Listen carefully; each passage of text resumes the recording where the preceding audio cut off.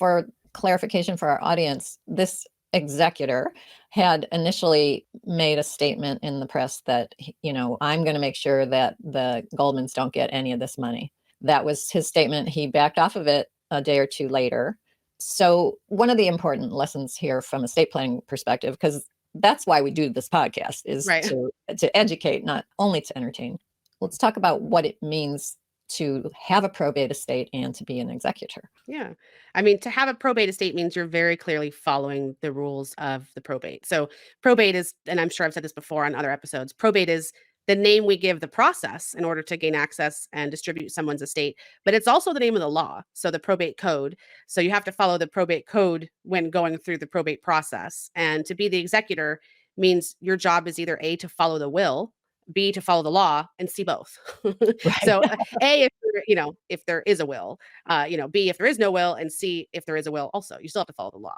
So his job would be to do that. And the law says that creditors get paid. Yeah. And so he didn't have any authority to come out and say, we're not paying the Goldmans. He has walked that back and said he was just annoyed with the attorney for the Goldmans. So, everyone's human. So anyone who's ever done this for someone in their family who's passed away, you're not alone. Everyone's human. And this executor is an attorney. Mhm. Obviously, he's not an estate planning attorney, Right. or he probably wouldn't have done that. That's one of those things that you have to be careful about, is that you don't get to decide what happens with the estate. The will does, or the law does, if there is no will. Right. And the idea in a probate is the administrative expenses get paid. There's filing fees, the executor has a fee, all of those things, that gets paid. Then the creditors get paid, and there's a hierarchy as to creditors.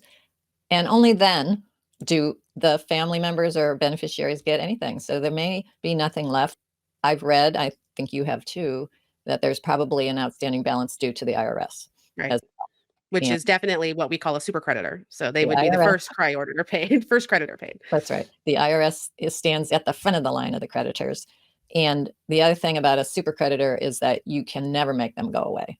They are there no matter what. You can declare bankruptcy, you can do whatever you need to do, give assets away. They're going to go after those assets and take them from the person you gave them to. Yeah, including beneficiaries. They'll take them from the beneficiary, regardless. They'll go get their share. We don't know how much he owed to the IRS, if any. That's all speculation. We just don't know. But those are a couple of important points about probate. Yeah. The fun part is that executor gets paid first. Yeah, oh, of course. Because otherwise you don't have a probate. If there's no executor, nobody would do that job for free. Yeah. I don't think. So they have to pay. They have to pay the administrative costs first, and then the creditors. And then if there's anything left, that's when the beneficiaries get their share.